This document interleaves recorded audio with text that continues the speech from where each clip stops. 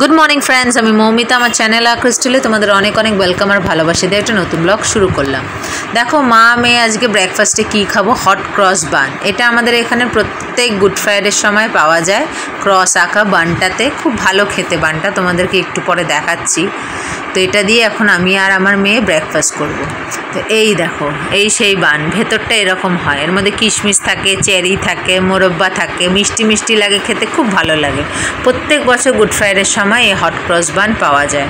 তো বাবাও এনেছে, তো আমি আর মেয়ে এই দিয়ে ব্রেকফাস্ট করছি। তার সঙ্গে দেখো টুইস্ট রোল, যেটাকে আমরা এস রুটিও বলে থাকি, সেটাও রয়েছে, কলা রয়েছে। তো এটা দিয়ে একটু বাটার দিয়ে মেয়েকে খাওয়াচ্ছি আর আমিও খাচ্ছি। যে দুষ্টু ফোন দেখছে আর খাচ্ছে। তো ওর খাওয়া হলেই সমস্ত কিছু গোছগাছ করব, মানে ডাস্টিং করব। তো এখন দুজন মিলে ব্রেকফাস্টটা সেরে নিই। দেখো আমাদের এখানে সকাল সকাল দিচ্ছে বন, হট ক্রস বন আর শরবত। যা এই বনটা বাবা এনেছে ওই বনই এরাও দিচ্ছে, হট ক্রস বন। আর ওই যে শরবত, ওই যে তরমুজের শরবত, তরমুজ না রং মিলিয়ে বরফ টরফ দিয়ে দুধ দিয়ে।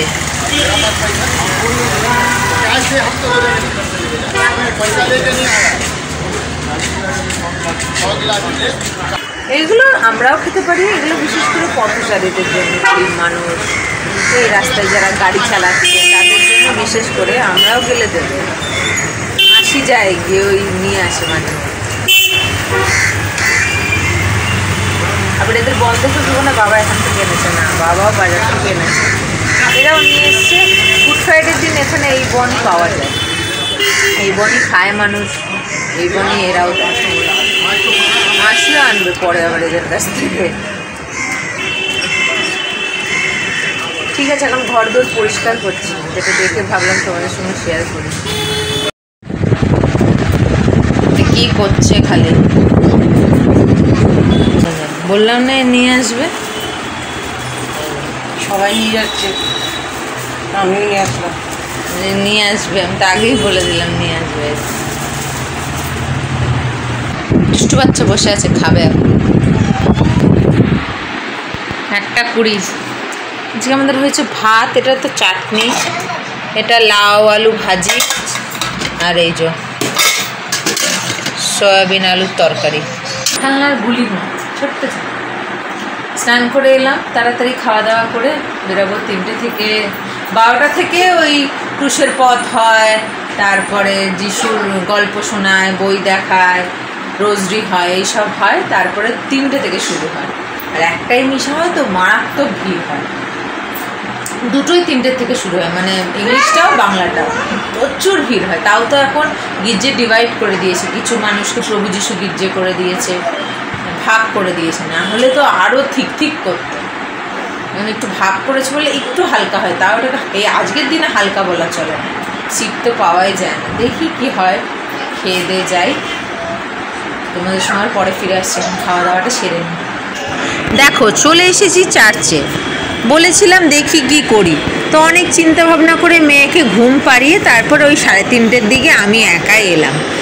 আর অবস্থা দেখো, কোথায় চার্চ হচ্ছে আর বাইরে গেটের বাইরেও মানুষ দাঁড়িয়ে রয়েছে।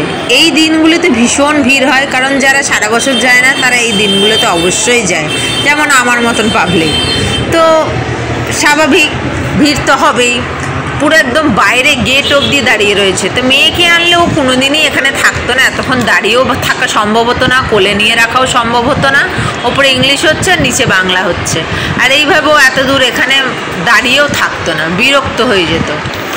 আর তাড়াতাড়ি আসলেও অতক্ষণ ওখানে বসে থাকতো না, মানে বাচ্চা নিয়ে এইসব মিশা করা মানে একটুখানি চাপের ব্যাপার। হ্যাঁ, অনেকে আছে যারা বলবে আমরাও তো বাচ্চা নিয়ে যাই, তাদের বাচ্চারা কী করছে বলো তো, এই দেখো না বাইরে ঘুরে বেড়াচ্ছে, তারা মারা চার্জ করছে, বাচ্চাগুলোকে ছেড়ে রেখে দিয়েছে, তারা ঘুরছে খাচ্ছে এই করছে। কিন্তু আমি কোনোদিনই আমার বাচ্চাকে ওইভাবে ছেড়ে নিশ্চিন্ত হয়ে বসে থাকতে পারবো না, অসম্ভব, সেটা চিন্তার বাইরে আমার। তার থেকে আমি নাই যাব তাও ভালো।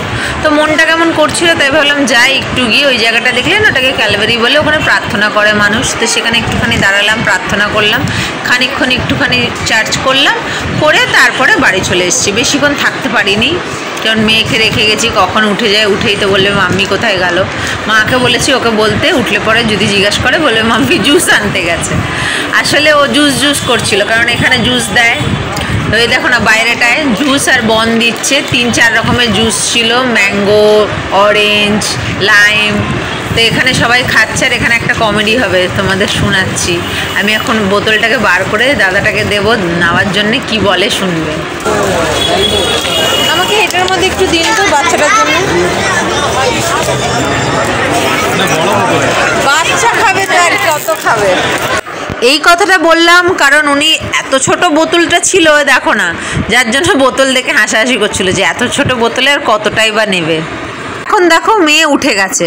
আমি মানে ওখানে বেশিক্ষণ ছিলাম না, কিন্তু ওখান থেকে যেই বাড়ি এসেছি, এসে ফ্রেশ হয়ে বসেছি, 5 মিনিট পরই মেয়ে উঠলো। তো আমি জানতাম উঠে যাবে, ওই জন্য বেশিক্ষণ থাকতে পারিনি, পুরো মানে চার্জটা শেষ করতে পারিনি। উঠে গেলে আবার খোঁজে। তো উঠে যেতে ওকে এখন ফ্রেশ করিয়ে দিচ্ছি, ফ্রেশ করিয়ে চুল বেঁধে দিচ্ছি, এখন কিছু খাওয়াবো। তারপর ওই জুসটা এনেছি ওটাও দেবো। তো যেটা আমি বলছিলাম, বোতলটা দেখে হাসাহাসি করছে যে এত বড় বোতল। আমি বললাম বাচ্চা খাবে আর কতটাই বা খাবে, ওই জন্য ওই বোতলটা ওর জন্য ঠিক আছে। তো এখনও ওকে ফ্রেশ করিয়ে খাওয়াবো। 10টা 10, খাওয়া দাওয়া সব হয়ে গেছে। এটা দাদুর সঙ্গে খেলা করছে।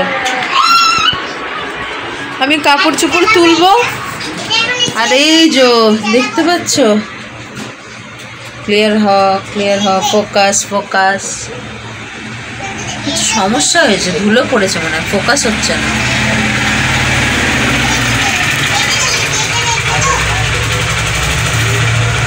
আর এই যে এটা আমার টাওয়াল, আর ওইটা হচ্ছে ওই বালিশের ওপরে দিই।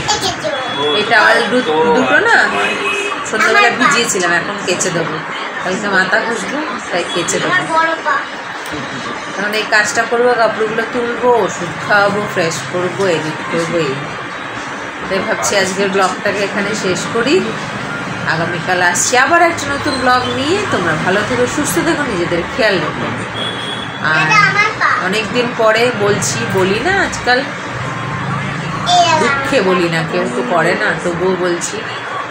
আজকে ভিডিওটা যদি ভালো লেগে থাকে তাহলে চ্যানেলটাকে সাবস্ক্রাইব করো। তো আজকের মতন এখানেই, গুড নাইট।